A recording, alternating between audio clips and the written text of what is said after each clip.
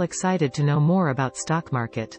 For today's video we were going to tackle about a book review about stock market. This book review is all about the education of a value investor by Spier. These are the key takeaways from this book. What happens when a young Wall Street investment banker spends a small fortune to have lunch with Warren Buffett? He becomes a real value investor. In this fascinating inside story, Spier details his career from Harvard MBA to hedge fund manager. But the path was not so straightforward. Spier reveals his transformation from a Gordon Gekko wannabe, driven by greed, to a sophisticated investor who enjoys success without selling his soul to the highest bidder. It deals directly with many in the weeds difficulties of staying disciplined, setting up the factors that will prevent known psychological traps, and investing boldly as a contrarian. Spier has a highly insightful perspective on what has led to Buffett's investing prowess. In molding himself after the legendary investor, he shows how it's possible for anyone to similarly set the odds up in their favor. Value investing continues to represent a small minority of overall fund management business, and few people succeed in copying value strategies. Successful value investing continues to represent a small minority of general fund management businesses, and few people succeed in copying value strategies' success. The problem is that many cognitive biases from our days on the savannah work against us at times of great fear and great greed, preventing us from sticking to methods that work over long periods but often appear to be broken in real time. Understanding our own cognitive biases and setting up an environment which will enhance rational thinking is where the rubber hits the road and what distinguishes great investors. It's no accident that Buffett holes up in Kiewit Plaza, reads second filings all day, trades seldom and surrounds himself with individuals like Munger, Gates, and Katharine Graham.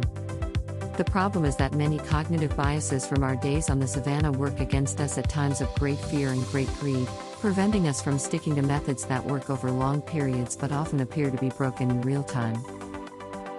This book is about how to align your inner world with the outer world by doing small things like choosing the right people for your inner circle, understanding your weakness, and constantly striving to overcome them in others. Guy also discusses the number of books and personalities. There is an exhaustive list at the end, which influenced him greatly, which I believe is an excellent way to let the readers explore more books. The story is familiar enough: an outsider youth, a privileged education, and then a decline into moral and professional murkiness. But the path he takes is both unusual and courageous. Rather than blaming his failure on psychological flaws, behavioral disorders, or bad luck, all of which he suffers, he undertakes to rebuild his approach to business, investing, and ultimately his own life, using self-help tools, inspirational leadership, and value investing. He recognizes early on that the success of investors like Warren Buffett and Mohnish Pabrai is as much about the process as it is about choices. And that the process extends into lifestyles and friendships as much as it does into the analysis. For a young person starting a career or someone who needs a midlife boost, this book will be an invaluable tool to point them toward health and happiness. We like to think that we can change our environment, but the truth is that it changes us. Ideally, we should stick close to people who are better than us so that we can become more like them. It's better to hang out with people better than you. Pick out associates whose behavior is better than yours and you'll drift in that direction. On shorting stocks, it's better to focus on the positive and act as a force for good instead of getting gratuitously embroiled in acrimonious battles. We don't like trading agony for money.